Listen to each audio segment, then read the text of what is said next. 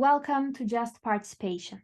In the fifth episode, we'll be talking about arts-based social justice work and decolonizing our minds. Dr. Paula Ardiles Gamboa, Dr. Cyrus Marquez, and Dr. Aitak Akbari Dibawar are all exploring how to engage students with decision-making, whether it be through innovative methods of learning, through the fine arts, or through social activism. And this is a special episode for me as I have met our guests in person as an audience member at their own presentations and plays, which I'll, of course, also be asking questions about.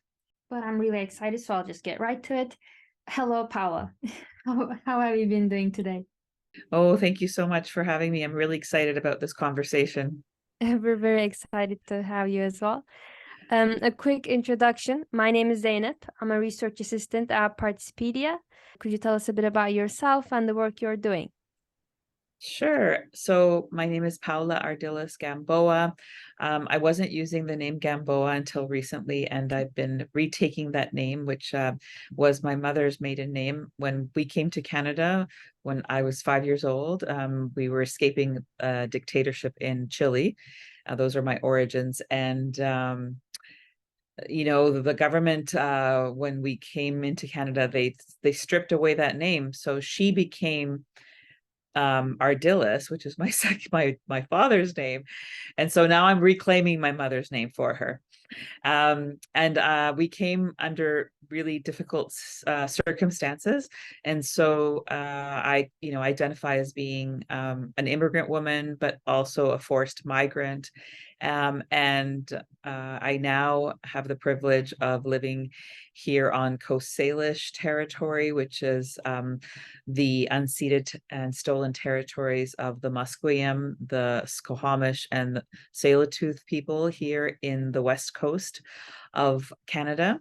And I work at Simon Fraser University. I'm a senior lecturer in the Faculty of Health Sciences, and I am also serving now as a special project advisor to the VP People, Equity, and Inclusion. Wow, thank you for that great introduction. And we met you at Participedia's 2022 Partners Conference. Got a bit to chat after Cyrus Marcus Ware's interactive performance there. I know you were involved with his performance in terms of co-designing the public engagement session. That's, I guess, the only window I have into your work with Participedia. So I also wanted to ask what your journey has been like with Participedia, what drew you to it? Yeah, thank you. So I have some wonderful colleagues at my university that are quite actively involved in the research clusters. And I was invited to participate as a co-chair for the teaching and mentorship committee. So that's how I got involved, probably about a year before I met you in the summer. And so we were designing a few activities related to the committee's work and having some opportunities to do some knowledge exchange, learning about how people have been incorporating the work that they're doing in Participedia in their classroom. And so one of the objectives of the conference for myself and others in that committee was ensuring that there was representation of the student voice at the conference. And so we started to think about ways in terms of creating a public engagement event that would also have participation of students, and that's how I got involved with that. And so we were very fortunate that Cyrus Marcus was available and interested in contributing to this. And so we ended up theming the public engagement around the arts-based approaches and the decolonizing work that he was leading. And it was a really great way to connect back to the work that we were discussing earlier in the conference. Hi, Aitak. Welcome to Just Participation. How are you today? Hi, Zainab. Thank you for having me. I'm very excited to be here. We're also very excited to see you today and would also love to hear about yourself. Absolutely. My name is Aitak Dibawar. I am a post-colonial feminist educator, gender and social justice program, but also cross-hired with the Global Peace and Social Justice program at McMaster University. I'm also an Iranian lawyer in exile. For the past 14 years, I've been living, studying, working on the lands of Anishinaabe, Haudenosaunee, Mississaugas of the New Credit, and Huron-Wendat nations. And I'm forever grateful and indebted to the care that has generationally gone on this land. About my work,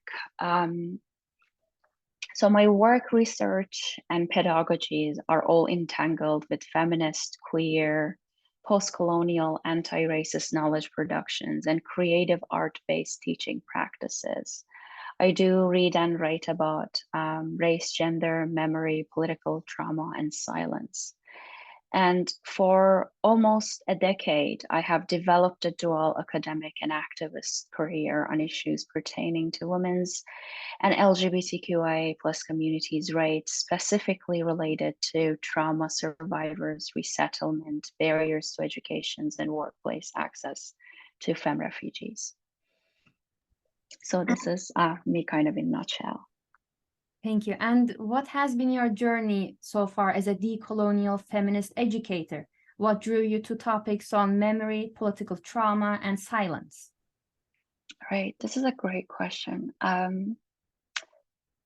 Well, I was born during Iran and Iraq war and grew up in post-revolution Iran in a family who was politically aware and active, but maintained silence at home to protect me from the ongoing political trauma. So I grew up with silences. Silences was and still is a language that I learned to speak the best. And being surrounded by public and political silences, even outside of the home, did not, however, prevent me from sensing the ongoing violence. It did not prevent the transmission of trauma as my parents perhaps hoped for, and other individuals with their own children had hoped for.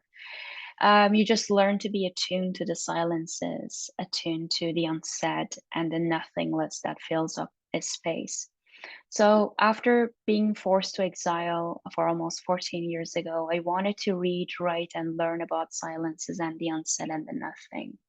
So I started researching silences and absences. I looked into visible, communicable, uncategorizable silences, or absences that were beyond theorization, some things that we were not be able to capture it by words. Loud, bold, messy, and untranslatable silences, silences that have taught me to resist more than any words or speeches. Absences that are caused, or silences that were caused by political violence, trauma, dislocation, forgotten memories, or maybe unforgotten but unspeakable memories. Absences that were part of our everyday assemblages.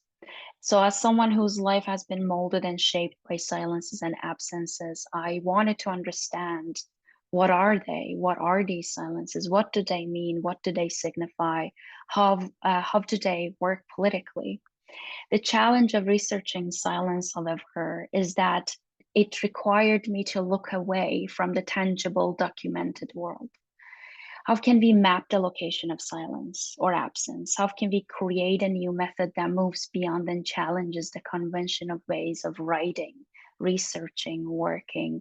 If I will be attuned to the silences, what is the ethics of doing that? How can I go ahead and translate someone else's silence in my writing without knowing that? And thankfully, there were amazing scholars who were already doing a lot of work. Pertaining to the violence of a colonialism, settler colonialism, transatlantic slavery. I read books by Nerissa Phillips, the book Zong, for example, that actually was attended to the unspeakable trauma and the violence of transatlantic slavery. And reading and working and walking with the mentors that I had kind of helped me also wrap my head around understanding silence, working with silence. And I came to understand that perhaps not necessarily everything is translatable or definable. Not everything needs to end up in our research and writing. It's also okay to sit with the unknown and uncomfortable. And thankfully, I had not just training, but also political, and ethical background that provided me with these options. So I tapped into my learnings and teaching with from home, from the Islamic Sufism, that I brought myself to my decolonial and post-colonial feminist training. And working with Islamic Sufism, where the beloved is unknown, but also yet present, is not talked about, yet it is closer than the vein in your neck, right? So that sort of untangibility that is also very material and tangible in Islamic Sufism provided me with that. The training to be attuned to the unsaid, respect the unsaid, see the unsaid, and provide a space for that unsaid. So that's kind of my very long journey of why silence and absence becomes incredibly important in my work, and why am I so interested in always looking for the nothingness. Hi, Cyrus. Hello. Welcome to Just Participation. How are you today? Very well, thank you. Very well. How are you? I'm also doing well. Great. I'm better now that we got the chance to meet with you. Yes, I'm excited. Can you also tell us a bit about yourself and the work you're doing? Absolutely. So I'm an artist, an activist, and a scholar. I'm based in Taekwondo, in the part of Taekwondo that was underwater at the time of the Toronto Purchase, the unceded territory of the Mississaugas of the Credit. I work largely doing activism around Black justice and Black liberation, around disability justice and trans justice. As an artist, I've been working in the mediums of drawing, painting, performance art, and theater, telling stories, speculative stories about the future, science fiction, speculative fiction, really a big passion of mine. I've been really inspired as an artist by that Tony Cade Bambara quote about irresistible revolutions, the idea that artists from oppressed or marginalized communities have a job to do, and that is to create these irresistible revolutions through our creative practice. Although she says that we do that even just from getting up in the day as Black people. So I think a lot about that as an artist. And then as a scholar, I've been working largely in the field of disability studies, trans studies, and MAD studies, creating academic engagements that think through disability justice in an academic environment, that help us to sort of think through Black activist culture and disability justice links to what is happening in terms of organizing. And I'm an assistant professor at the School of the Arts at McMaster University. Yeah, and we met you at McMaster University at Participedia's 2022 Partners Conference. You had an interactive performance called Abolitionist Innovations, Participatory Art and Activism. It was such a lovely day. We did, I showed some video work. I showed 2 videos, a video that I created called Emmett, which was a 10-minute television play that was created for CBC Gem and Obsidian Theatre.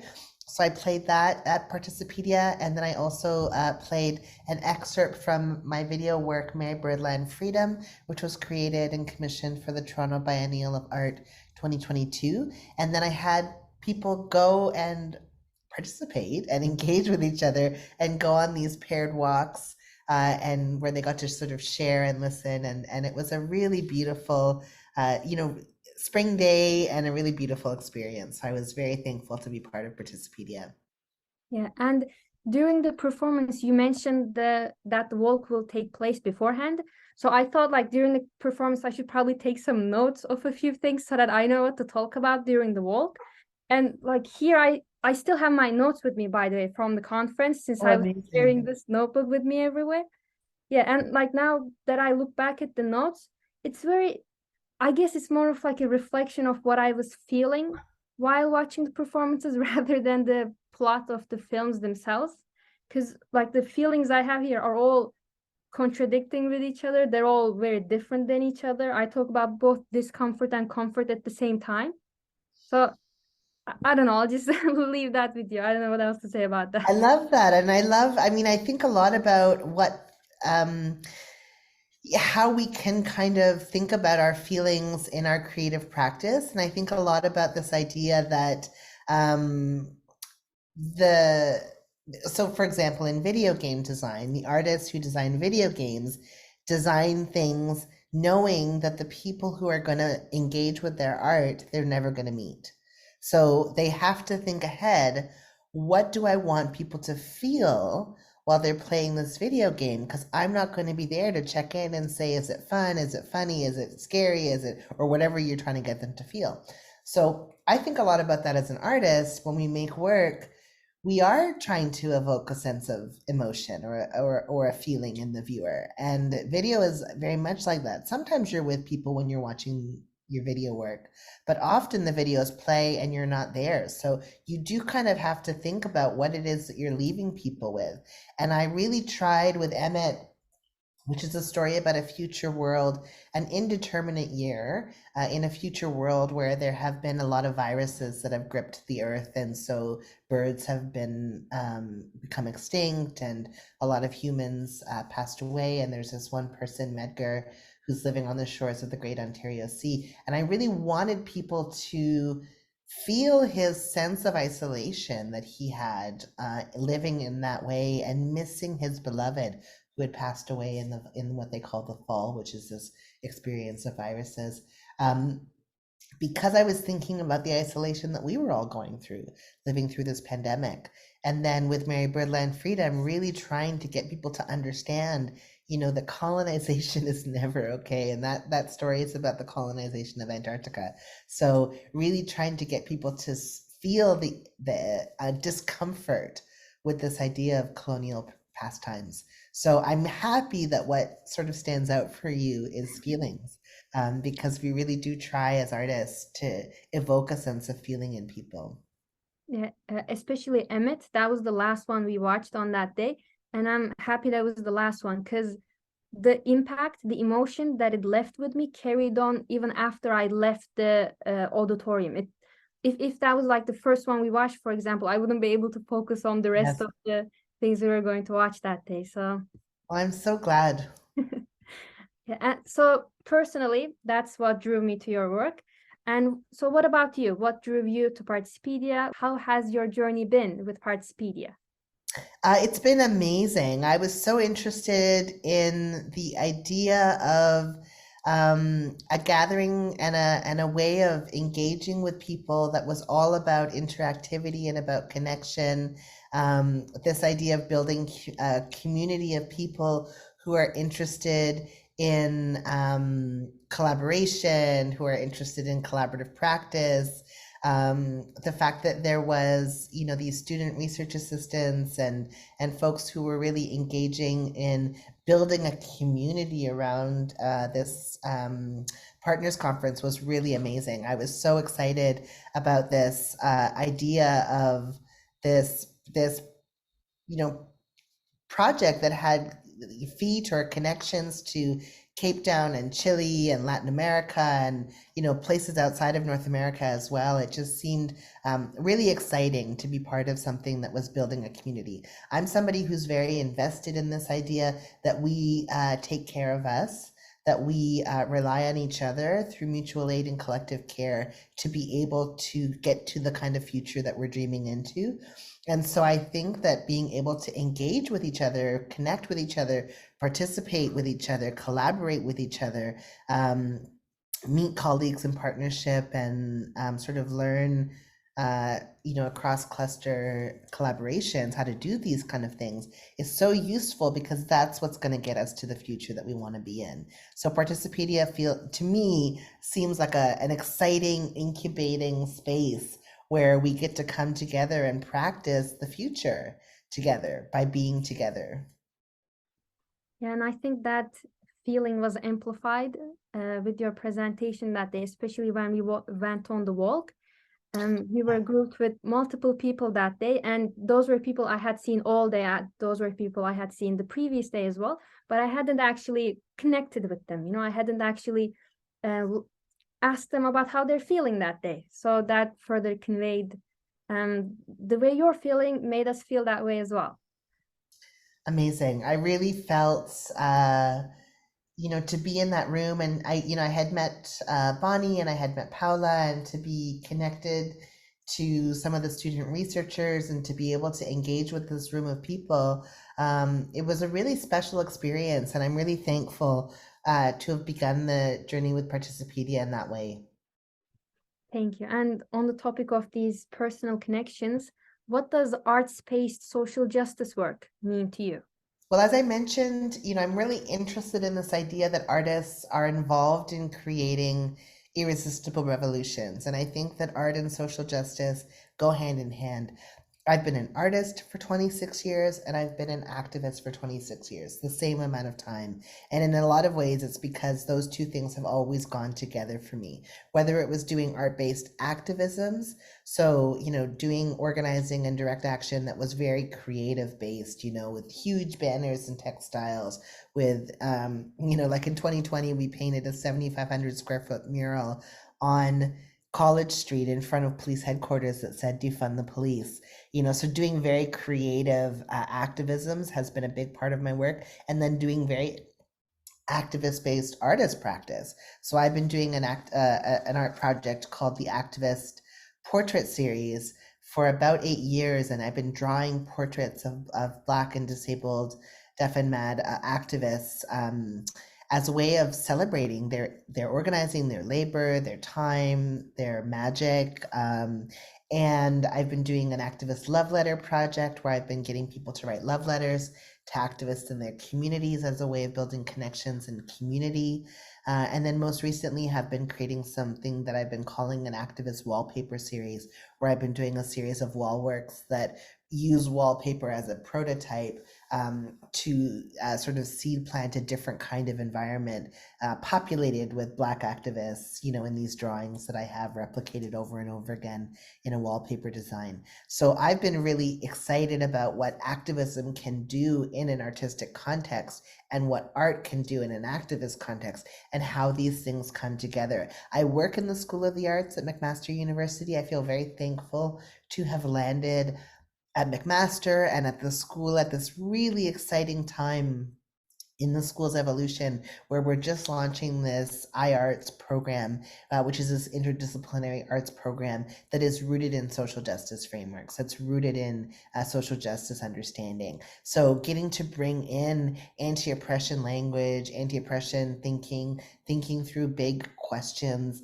like abolition, like futurism, and bringing those into our courses. It feels so exciting to be in an arts-based social justice space at the School of the Arts at McMaster. And it ties in with everything that I've been doing for the last 26 years, which is bringing art and activism together in new ways in order to seed plant future worlds.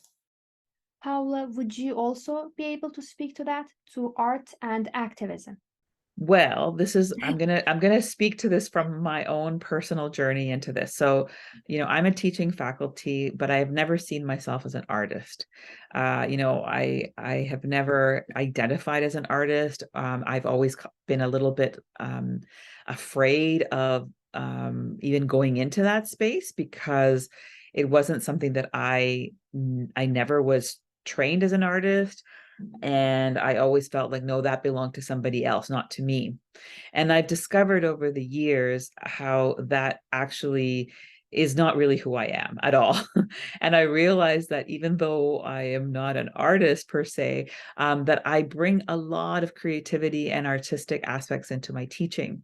And I think part of that is because of my own roots. So I am originally, as I mentioned earlier, I'm from Chile, and I am of mixed ancestry. So some of my ancestors were, descendants of the Europeans. So we had a lot of Spanish and Portuguese influence in Latin American, as you know.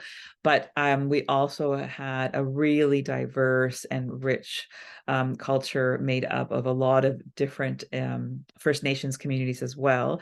So, the people that I come from were also very in touch with a lot of aspects around the importance of art in everyday life, and the ways of expressing through various forums how important that was for the community's well-being. So I started to identify a little bit with that aspect, and because I was bringing those things to my classroom without really knowing where they were coming from, but I was always very keen on having people being able to find ways to express themselves. And so what ended up I guess, happening along my journey is that I realized that those forms of expression that were artistic and were creative actually were a part of who I was. And so kind of like giving some space to that was, I think, really important. But then recognizing that this is something that in my field in health sciences, students haven't necessarily had the opportunity to express themselves in artistic ways. And I thought, wow, here's a great opportunity to bring some of that to light in the classroom setting. And so I guess I'm coming from a place of thinking that everybody has an opportunity to be creative and be artistic and express their work, their values, and all of the gifts that they bring through the arts. Aitak, you also touched on this expression, this gift, which I wanted to ask you about. But previously you said that not everything is definable. So I should instead ask, what meaning does this hold for you? What meaning does arts-based social justice work hold for you? Absolutely. So working with the unsaid and undefinable is a great for me, art was this space to put the unsaid and nothing and undefinable that has a lot of meaning. Just because something is unsaid doesn't mean that it should not have a space, right? And art oftentimes provides us with a space to actually articulate some things that we cannot really put into words. And that for me, so personally, art has helped me, have always helped me to kind of articulate that thought. Either painting or poetry were the ways that I've tapped into always when I couldn't find words, or when my ethics that didn't allow me to translate the words that I was engaging with. But generally for in like artist space and social activism and social justice, either pertaining to the classrooms or outside, for me kind of signifies embodiment, a sense of embodiment where our bodies and minds are entangled with what we learn, unlearn, and then kind of practice. I genuinely want, when I'm engaging with a topic, as much as when I want my students are engaging with a topic, to embody these theories, to move away a little bit from constantly living in our heads and creating things with our thinking, and to actually put that energy in a way that how we sense and how we feel these theories. We carry a lot of knowledges, our lived experiences. There are some of the knowledges that we learn, we need to unlearn, and some of the knowledges that we need to carry forward and acknowledge. And being in tune and embodying these knowledges, being in tune to our bodies would allow these knowledges to find a space within the classroom or within an activist organization and a group. So for me, art space allows the embodiment, which brings awareness to the body to feel and assess and recenter body as a place where we learn, we remember, and connect, turning theory into kind of creative practice through an experimental mediation on the body as both a plural and porous archive. Personally, the things that I've learned the best, I've learned through my body. So that's kind of what art-based space signifies for me when it comes to either activism and activist community, but also a classroom, which is not again separate from an activist community either. Classroom has potential to become a community of care, but also activism. And in practice, how do you incorporate both art and activism into your own work? Or as you put it, how do you embody it? Are there like any examples you could provide for us? Yeah, so painting and poetry are not just some political categories for my work, but they're kind of deeply part of who I am. I incorporate art in my daily life through visiting local galleries, painting, and also in my pedagogy. I also sit on the board of the Center 3, which is the Center for Artistic and Social Practices, an amazing center and a community space at Hamilton, Ontario. And it provides this opportunity for the kind of mediation between the social practices and social justice and art. So I'm kind of proud to be part of that community as well. But in my own classroom. So I've done that through multiple avenues. In my undergraduate courses, in the big lecture halls, I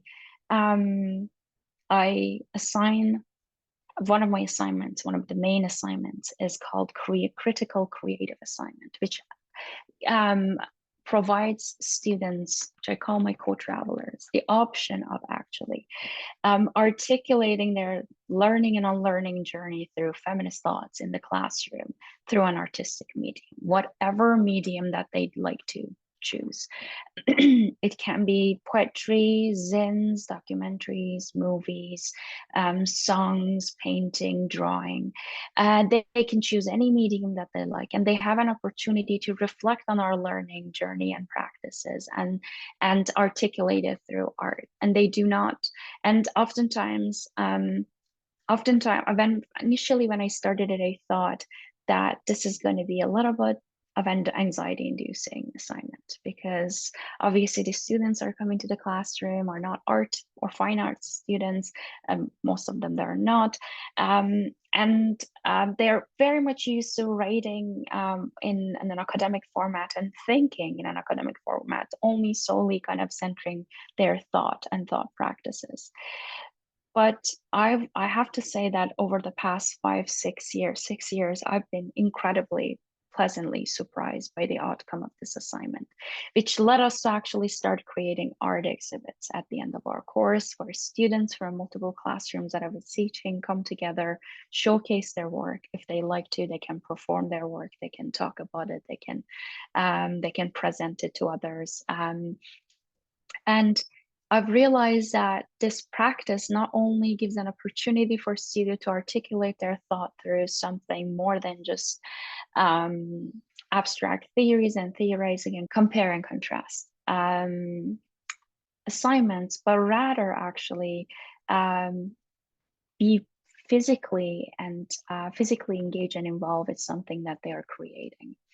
But also gave them an opportunity on a sense of a community to come together in an art exhibit, to look at what each other have done, to be proud of their peers' work, to engage in it with the work meaningfully, to be impressed by it, to be emotionally impacted, and so that has been one way. And another kind of journey that I had was a course titled Stories, Bodies, Archives, Unlearning and Movement. And this is a graduate course that I've had the pleasure of kind of journeying in fall.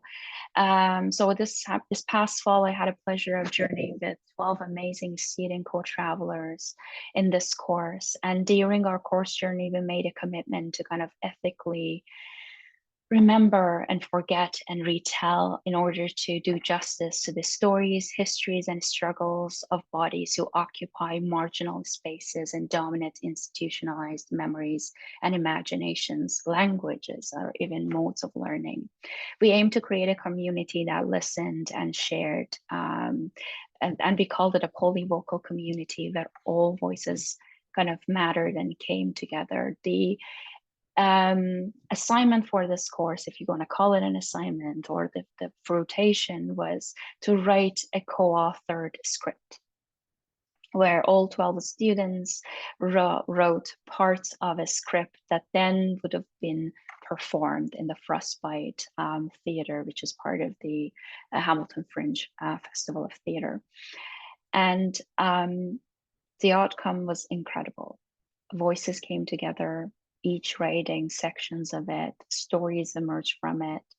And we had an amazing artistic director who was working with us during that time. And we also had 4 guest artists invited to kind of guide our writing journey together. And we tapped into outside of Hamilton. We went to Center 3, we sat there, we wrote, we talked, we had script writers, and we had theater experts and dramatizers and directors come and join us and be part of our journey. And it was, the outcome of it was a beautiful, enlarging, moving whole. And it showed me how art can create, or in this case, script writing and theater can create a process in which multiple bodies labor together to kind of remember each other, to listen to one another, to explore and to tell stories, to write them down, but also the ethics and the practice of being radically vulnerable, something that Richa Nagar calls radically not vulnerable, right in front of each other. And to do that practice of ethically listening, radically listening to one another as well. It was definitely a learning journey for me too. I've took a lot from that that course and that journey and practice as well. I was also at one of the showings at the Theatre Aquarius Art Center, and when it was done, as I was heading back home, I was texting Sarah from the podcast team, saying you should definitely ask ITAC questions about the play as well. I need to bring this up. And at that point, I was trying to think of what to tell her about the play, and my mind kept going back to these, let's say, connections between the colors. Right. I don't know if that's something you would agree with, but I felt like even though the colors had stories that are very different from each other, they still faced variations of the same dilemmas. Like they still tried to answer the same questions. And looking around at the audience and their reactions at the time, I could tell everybody related to bits and pieces from the colors, despite their very specific stories, despite their traumas. I think we all heard something that resonates closer than we'd expect going into the play. Absolutely. And I guess part of the conversations we were having in this course when we were starting it, we were talking about that the fact that we are connected and entangled in many ways. But in order to reestablish and discover these connections, both material and historical, we need to step away from the abstract configurations, both structural and intellectual, both the institutions that we are in that kind of works works in way more individualistic way, where we have to go through our own journeys, write our own assignments, get our own marks.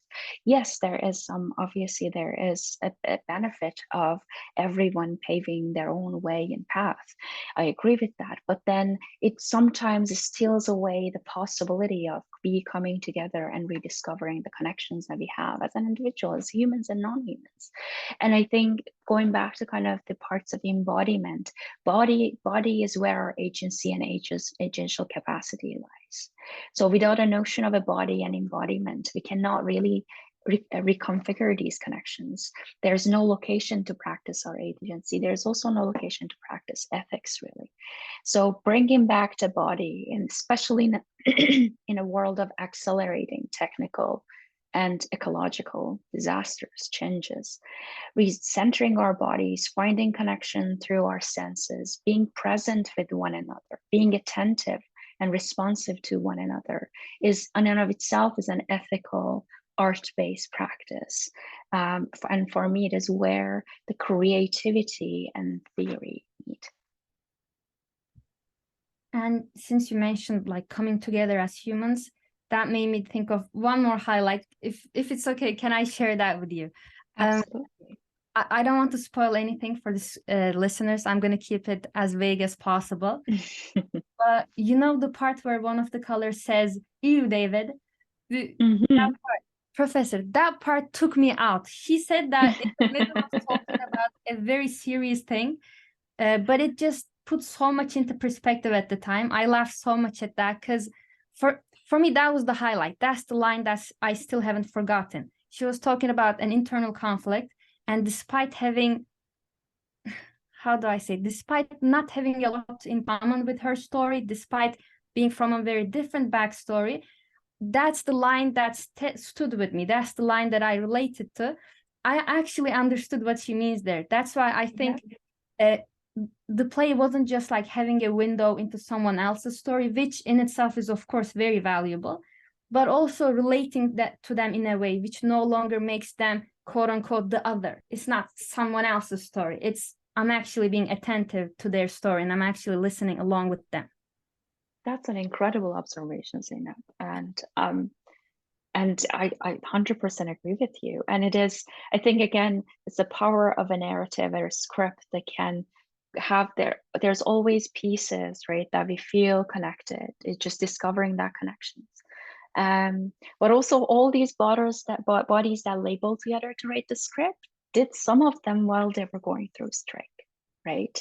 So that also was another major connection. The anxieties, the being outside, the exhausted body that was constantly walking around, the body that was frustrated. So all these bodies laboring there that have a lot of stories that might be personal, but there's also a background narrative that is going on that are also connecting them in that moment of struggle.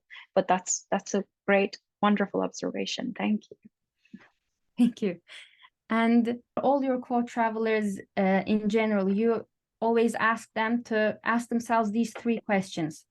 Who are absent in theory stories that are being taught to us? Why? And who will benefit from these absences? So these questions did stick out to me, especially looking at the recent reads on your website. So I wanted to ask, how were these questions developed and how are you working with them? Yeah, so we start our journey by talking about knowledge and knowledge production.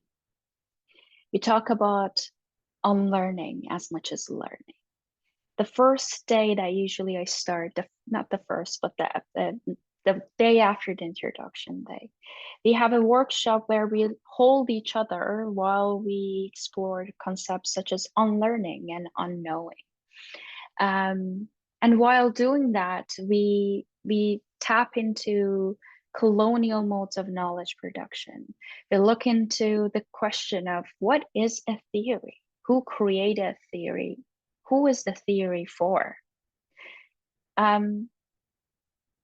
As I was going through my own learning journey, I've encountered a lot of theories that seem to, for me, to provide a great source of erasure for a lot of the past historical violences and traumas. And again, as someone who is kind of attuned to that unsaid and the nothing and the absence, I've kind of always got curious about why certain voices remain absent from our political consciousness, from our knowledge production systems, from our classrooms, from our syllabi.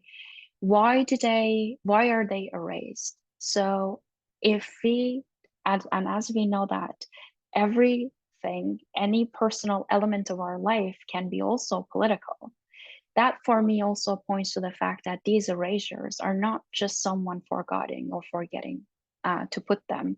They are not just accidents or errors. These are willful erasures, willful amnesias that are being enforced. So coming from that journey, my own attunement to silences, conversing about colonial roots of institutions, such as university educational institutions, and also the erasures that often happen where certain narrative voices and histories are often left behind. I would like to kind of explore and extend that curiosity to my co-travelers and say, always ask whose voices are absent in what we are studying today. Any day, in any classroom, even in our classroom, raise them. Tell me this person or this people, this nations, these theories, these narratives are left out. And extend that question to every classroom that you're in. Ask them why. Why are they left out? Ask for the reasoning, right? And then after you ask why, maybe it's a moment for us to think, who will be benefiting from these absences? Again, these erasures are not just errors and mistakes, they are willful erasures. So who will be benefiting or who will benefit from these voices being absent in our classroom? And that's kind of a major reasoning that we arrive to these questions. But that first workshop, the workshop that we talk about colonial modes of knowledge production, kind of gets us prepared to think about these absences and silences and recognize them sometimes by the shape of that nothingness. So if you have a puzzle and you see all the pieces and there's one piece of that puzzle is missing, you can kind of understand the shape of that missing piece, right? Because everything else is there, that missing shape is not. And I say sometimes, if there is something that is not being put in the syllabi, you can understand what it is by looking everywhere and looking on all the present pieces and looking for the piece that is absent. And then you can understand what is being missed, right? And that's another way of always identifying the absences and nothings that are present in our classrooms, sadly, often in our institutions, educational institutions as well. And yeah, who will benefit from these absences? Who is left out, and who will benefit from it? Having said that, I'll broaden that question to go beyond art. So Paula, how have you incorporated not just art, but also activism into your work? Well, I think it primarily now is sitting with my teaching, although I have done some work in my research as well. So I'll share a little bit about that. Do you want me to share some examples? We would love that, because we were looking into some of your teaching, whether it be with health specifically or exploring justice, social justice. We would love to hear more about that. Yeah. Okay, so I'll talk about how it shows up in my teaching, and then I'll share a little bit of the research side too. So a few years ago, I was part of a community that created a cooperative that's called Bridge for Health, and Bridge for Health is really one that focuses on bringing social innovation into promoting health equity and well-being. And one of the things that we are doing through that work is a project that's called Art on the Go. Art on the Go actually started in my classroom. So we have a class that is about community service, where my students are working with partners in the city of Surrey. The city of Surrey is situated here on the traditional territories of the Semiahmoo, the Coquitlam, Kayet, Kwantlen, Katsi, and Tawasin First Nations. And it's actually the second largest municipality in BC. And it's a really fast growing city. It's the fastest growing home for BC and BC's Indigenous urban population. And it's also the destination for many refugee claimants and immigrants, in part due to the high cost of living in the neighboring city, which is Vancouver, which is more well known to people. So if you think about that, about half of the Surrey's residents are immigrants, and a third speak English as a second language. So it's a very culturally diverse city. And so there's also really unique needs in that city. And one of the things that we identified in some of the partnerships that we had with the city was working with this team that was called Vision Zero. And Vision Zero was it's an initiative across many municipalities and really promoting the concept of road safety. So how do we ensure that our roads are safe for everyone? And one of the things that was noticed that there was higher incidence of road accidents and fatalities in a particular region of the city of Surrey. And that region was one that had a very diverse immigrant community. And so what we decided to do was partner, and the students got involved in understanding what some of the needs of the city were. And it turned out that there was a lot of newcomer youth that were experiencing a lot of social isolation. They didn't really understand, how to participate in the municipality in terms of some of the decisions that are being made around creating healthy built environments. And so we came up with this project idea with the community partners and getting the youth involved. So the youth are actually members of Bridge for Health, but they were also students at Simon Fraser University. They too came from immigrant families, so they've had that lived experience. And then they've been working over the years on a community-based participatory action research project that uses equity-centered design. So the idea is developing a prototype of what a road safety walking tour would look like for newcomer youth in Surrey. And so we're working in collaboration with many partners, including the Fraser Health Authority. And the idea is that this walking tour will be a peer-led tour to community establishments like the library or, parks and recreation that will support the newcomer youth in gaining knowledge about traffic safety, but also really importantly, build social connections with one another. So that's the Art on the Go project. And then this last semester in the summer of 2022, I worked with different partners, and all of the projects were arts related. Some of the students were working with community partners and building community gardens, for example. And there was one group that was working in partnership with some UBC researchers on a project that was called Art Justice. And that project was something that I got involved with because I was looking for partners, and I ended up getting connected to some of the research team that was actually established at UBC in the School of Nursing by Dr. Helen Brown. And this is a project that the art and justice, so the art stands for action, reciprocity, and transformation. And in the words of Dr. Brown, it's an anti-colonial project because it's focusing on the historical and ongoing colonialism resulting in a disproportionate incarceration and criminalization of Indigenous people in Canada. And so the idea of the project was to really invite the people that are incarcerated to share their art with a broader public. And so the students in my class got involved in the project, and they were collecting some of the materials for an art exhibit that happened in the summer. So their task through this community service project was to support collecting the artwork and basically creating an art exhibit that was a partnership with a gallery in the downtown east side, and then ran through the summer.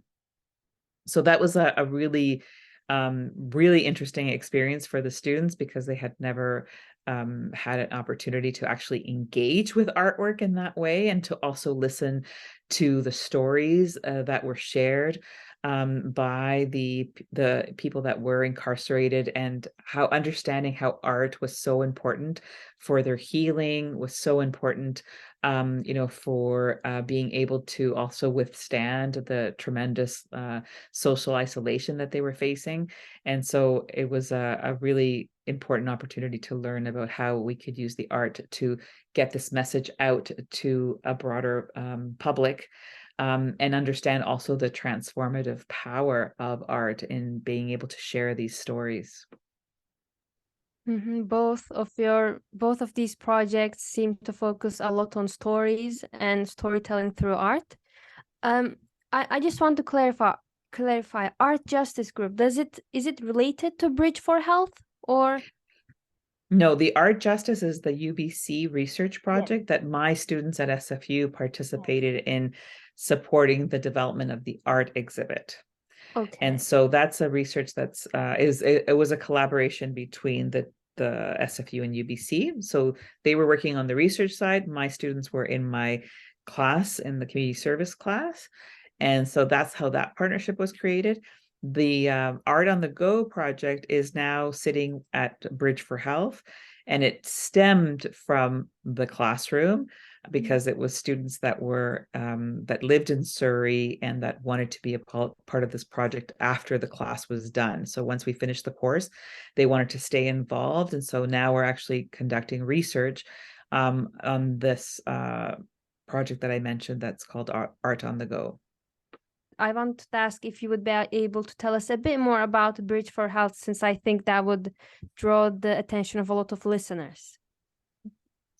Yeah, so the origins of Bridge for Health was, I think, almost a decade ago. I come from the field of health promotion, and health promotion is an interdisciplinary field, but a lot of the work that happens there is thinking about how do we promote health and well-being beyond just the healthcare system, because we understand that a lot of what actually determines our health lies in the social or the environmental factors that impact our health and well-being. So if we only focus on the healthcare system, we're not really going to be solving the problems that are actually creating a lot of the, the social or the environmental conditions that are actually having the impact on our health. So we actually have to promote health outside of the healthcare system. And so that's why we need to be using a lot of intersectoral approaches, making sure that, for example, people are properly housed, or else they're going to have problems with their health, that people can access employment so that they can access, healthy and affordable and culturally safe food, those kinds of things. So keeping people healthy is much more than just, ensuring that we have, running hospitals and physicians and nurses, right? So the field really has focused on trying to influence how we can, promote this sense of that we all have a role to play in terms of our health and well-being, because it lies outside of the healthcare system.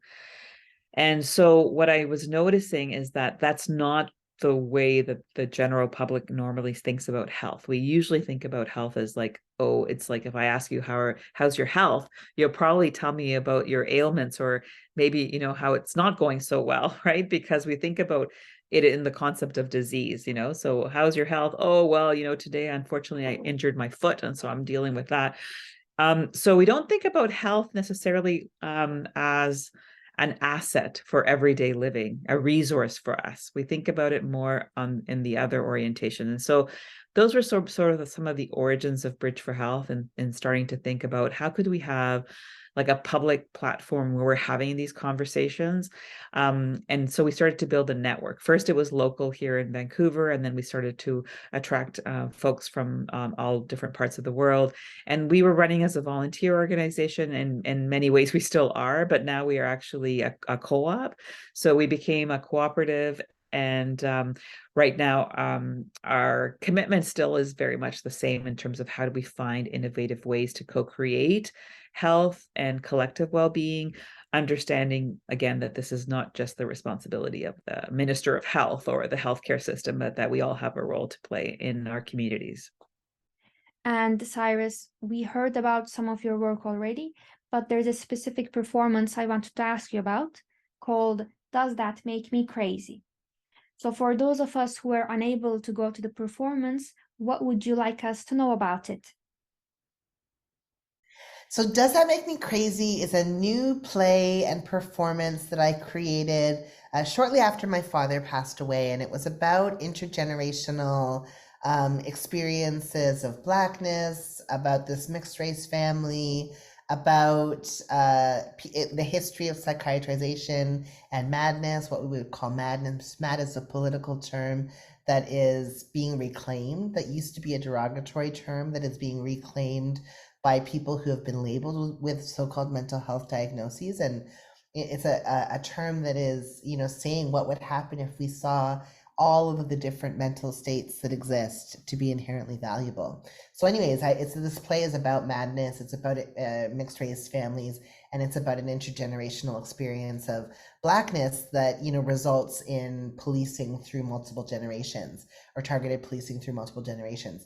This story is a bit funny, it's sad at points, it's poignant, it allows us to sort of think through from the main character, Alvin, from his perspective, his experience of racism through his lifetime, his experience of his relationship with his white mother and his Black father, his experience with policing, and his experience with activism. And it's a 45-minute play that it has a jazzy dance number at the end. There's a singer who is in the play, so it's in part a bit of a musical, because there's a singer who who only speaks in song lyrics, and they are the goddess of crazy, and they speak in song lyrics of songs that have the word crazy in them, like Patsy Cline's "Crazy, I'm crazy for feeling so low," Gnarls Barkley, there are all these different songs that have the word crazy in them. Beyonce, Crazy in Love. So the goddess of crazy only speaks in song lyrics, and so there's a singer, and at the end, the singer sings Gnarls Barkley's "Crazy" in this sort of slow version, and there's this elaborate dance routine that the actors do. So we're still in the early phase of this production. We're just workshopping it right now. We did a series of workshops at Summerworks, which is this big theater festival in Taekwondo that happens in the summer. So we did a workshop there. And then I just did a video recording of the workshop here at McMaster in December, and really looking forward to further developing the play. And as we say in the biz, in theater, getting it up, getting it vertical off the page and off of just a reading. So I'm really excited about this new play. It's my newest play, and I'm really looking forward to developing it. I got to work with Rodney DeVerlis, who is currently an artist in residence at Soda McMaster. But in the summer, we worked together and they did some choreographic consultation to work on the choreography of this final dance number. And I also got to work with Sarah Garten Stanley, who is the former director of English theater at the National Arts Center as a dramaturge. And so really had some great people in the team, and then worked with this incredible group of actors. So that's what Does That Make Me Crazy is. You have such a long and diverse history in art and activism. That's why going through all the stuff you've done, I had such a difficult time trying to choose 2 or 3 stuff to focus on, because I had so many questions about all of them. So thank you for, I guess, bringing most of it together for me. Thank you. And yeah, having explored innovation and post-colonialism, I wanted to ask you a major question to wrap up. Going forward, what is the role of art when decolonizing our minds? Wow, what an amazing question. I think, first of all, what a wonderful endeavor for us to decolonize our minds and for us to re-indigenize our minds as well. It's not enough to decolonize, but it's to really embrace and support and celebrate Indigenous wisdom and knowledge. So I think that art is has a huge role to play in doing this, because it allows us to think through big issues in a relatively safe environment. You can learn about, I just recently went to see a play about Trayvon Martin's killing, right? And so that's a very heavy topic, it could have been a lecture, and it could have been a very difficult, hard thing to go through, and that would have been one way of dealing with it. But I ended up seeing this play by Makembe Simamba, and instead got to go through this performative experience that explored Trayvon Martin's killing, and explored white supremacy, and explored everything in this environment that set the stage for real learning to happen. So that play was Our Father's Sons, Lovers, and Little Brothers.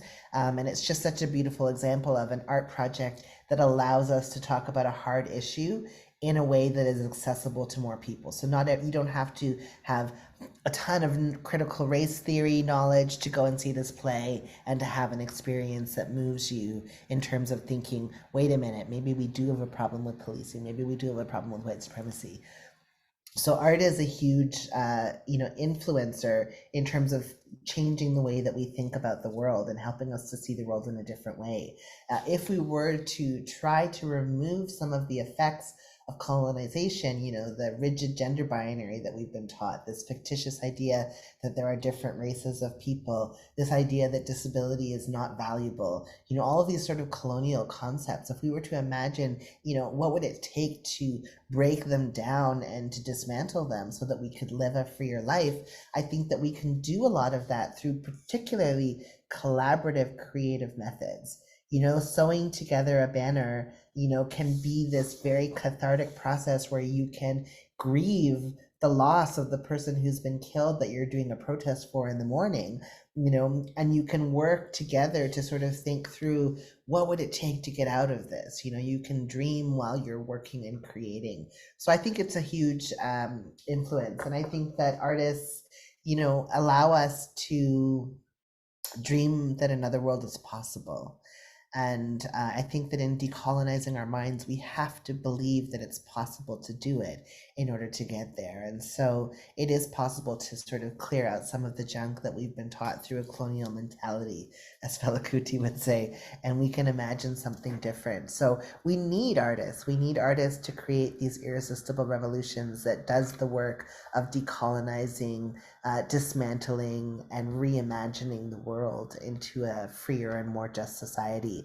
And then, re-indigenizing our minds. We can learn from these incredible indigenous artists who are doing, whether you're listening to The Hallucination or Tribe Called Red, and listening to music that is about re-indigenizing our minds, or looking at the visual artwork or the video work of TJ Cuthand, of Raven Davis, of all of these incredible artists, Buffy St. Marie, all of these incredible artists who are making work that allow us to think about the world in a different way. We can really learn a lot from art. So we have a job to do to decolonize our mind. I mean, we've been taught a lot of junk that is no longer serving us.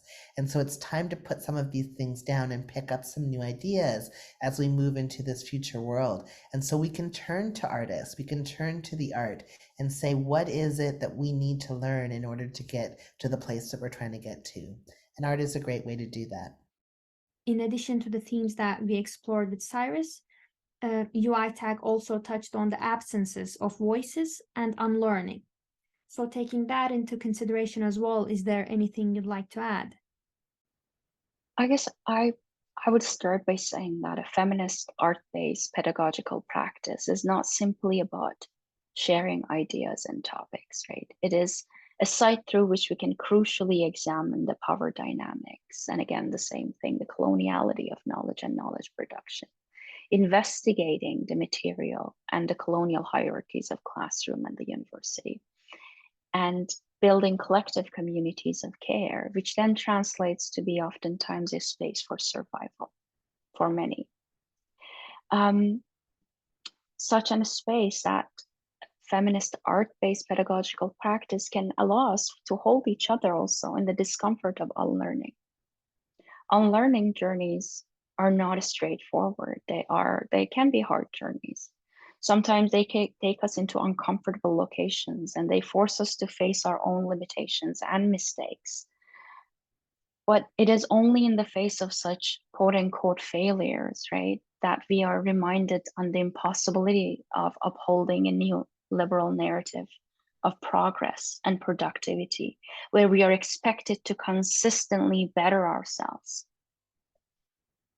So unlearning in that narrative stem from falling behind the outside of the order and logic and sequence. So unlearning and the errors and mistakes that can happen within that community are all moments in which we learn too. It's a location of teaching and learning for both of us, for me as an instructor, for students as learners. And it is through these moments of unlearning and the moment of sitting with the discomfort that we learn how to build a collective community of care. The art-based feminist pedagogical practices oftentimes provide us with that space, given that the community that we have is also from the beginning has been attuned to that kind of sort of care, providing care for one another. To allow ourselves to unlearn, to allow ourselves to be incredibly uncomfortable while our learning, to allow ourselves to quote unquote fail, to make mistakes, right? But then again, learning on how to take care of ourselves and our emotions while we making mistakes, and not put it on other person's shoulder to carry us while we're dealing with the guilt of unlearning, right? And art can provide that platform for many. Artist-based pedagogy can provide us with journeys where we labor together, where we collectively listen, right? Again, going back to what Richa Nagar says about radical vulnerability, provide us with a space to be radically vulnerable, radically listen to one another, provide a space for our bodies to come in, even to acknowledge that we're at moments feeling incredibly uncomfortable to going through this unlearning journey, and having an outlet such as art to provide a space for that sort of discomfort to remain within us without making someone run away, right? That community of care provides that. But also I want to tap into the fact that decolonizing, yes, decolonizing our minds, decolonizing the way we think about things are incredibly important. But decolonization also comes with a lot of resistance and active movements. Decolonization means land back. Decolonization means reparations. Decolonization means kicking the settlers or the imperial powers out of a region. So I also want to kind of acknowledge that decolonization, yes, in terms of our learning journey, is incredibly important journey to do, acknowledging why do we know or think about things as we do, acknowledging that oftentimes our languages are very much entangled with that colonial histories, or at least languages that we use in Western academia, English, French. These are very much entangled with ways of thinking that produced colonial modes of being in the first place, right? So these are incredibly important endeavors. But also on the other hand, we also have to acknowledge that decolonization can and is and should be way more than that as well, to actively resist, to actively struggle, to achieve an outcome that the marginalized, the colonized, the alienated feels as well, right? And they need and they want as well. So, and in that, art again becomes incredibly important. Music, poetry, any sort of, you look into any sort of revolution, uprising, anti-colonial movement, there's an archive of art that backs it up. So in both senses, and both within decolonizing our mind and spaces and ways of learning and knowing, art is important because it provides us a space of bringing our body into conversation, holding each other as we unlearn, etc. But also decolonizing as an active act of struggle needs art, because art provides a space for emotion to find itself into our struggles. And without emotions, without that sense of struggle, an emotional sense of struggle, revolutions and revolts fall apart. They do need, their longevity depends on the emotional labor that everyone puts in. That was a very long and winded answer. That was perfect. That's exactly what we needed. And Paula, this is a question we have asked our two guests. Their responses were, the responses really resonated with me. So I wanted to ask you as well, what is the role of art when decolonizing our minds? Oh, that's a really good one. So I'm gonna think about that question from the perspective of like what we consider to be knowledge, and so traditionally, you know, in my field, in health sciences or in public health, we haven't really considered, it's changing now, but before, art wasn't considered to be a valid or a scientific method, right?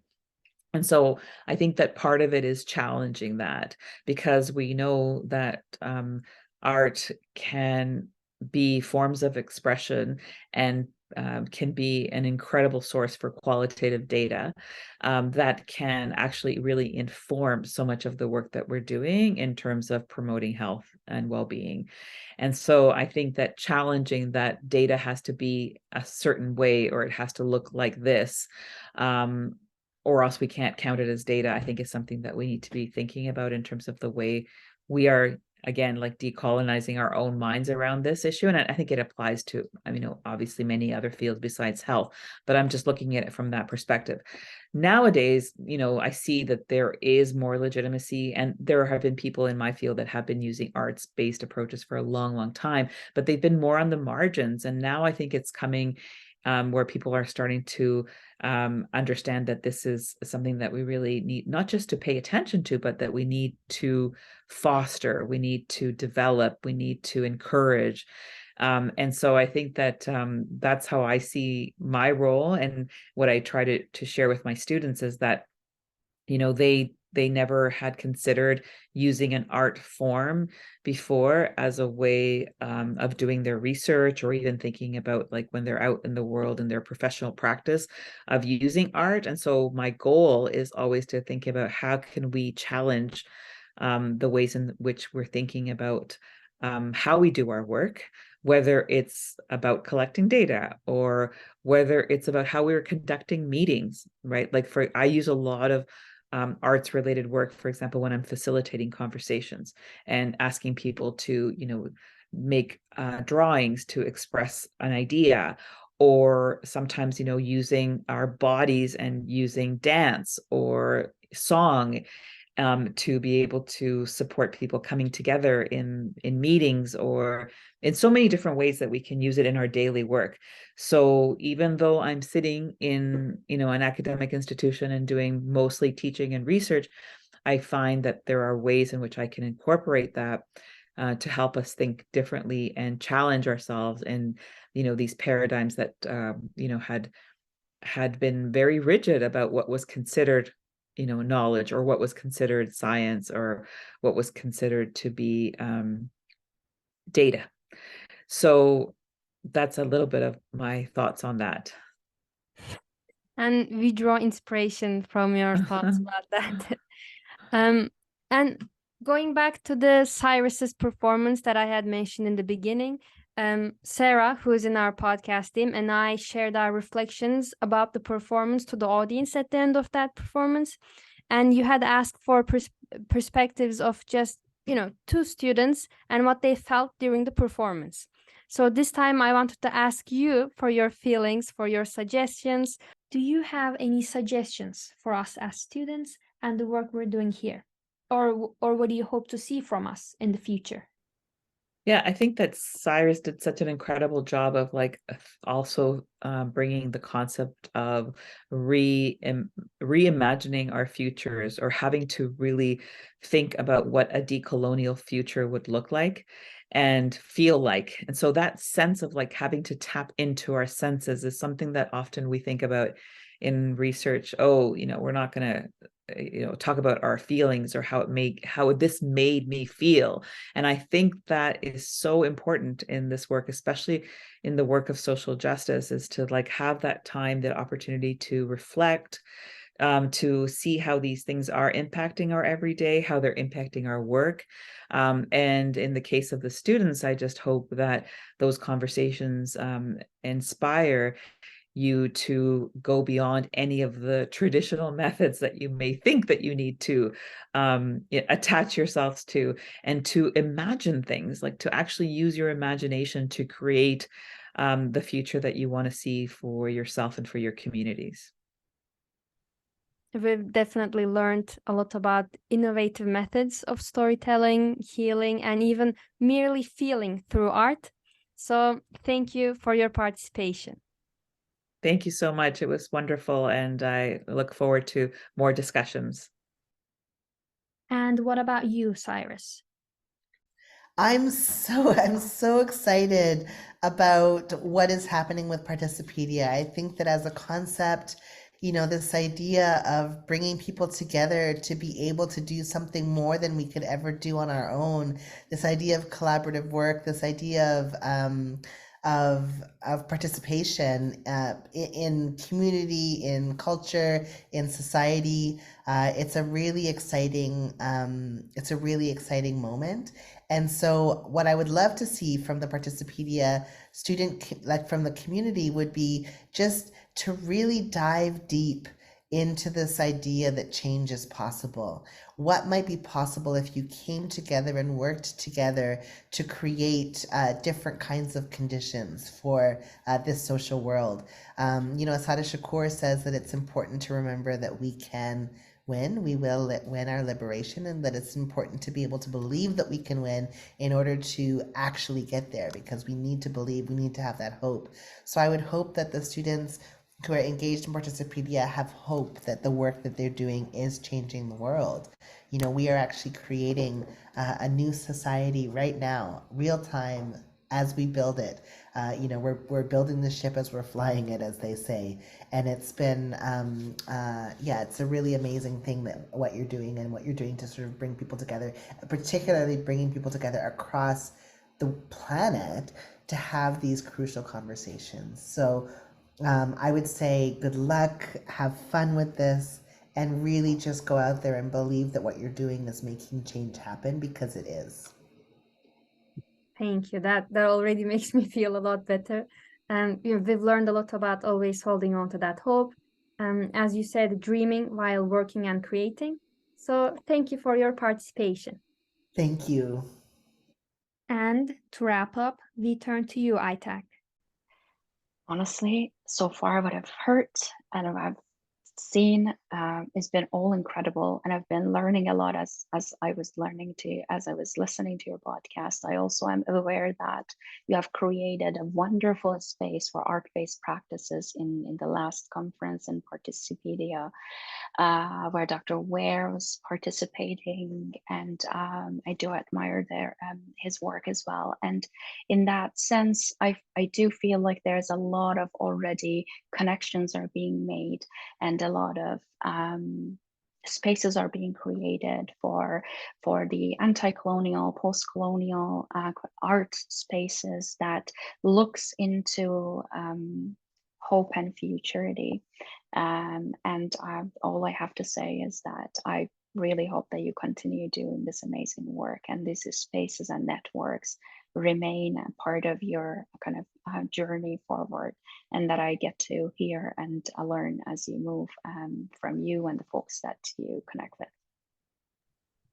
In addition to that, we'll also do our best to look for the absences and take up a journey aligned with art-based feminist pedagogies. Try to be one of your co-travelers. So thank you for your participation. I appreciate that, Zainab. I look forward to it as well. And thank you for this kind engagement with my work and my thought, and with the space that you folks have created here. And thank you to our listeners as well for being our co-travelers. We hope to see you in our next journey with episode 6.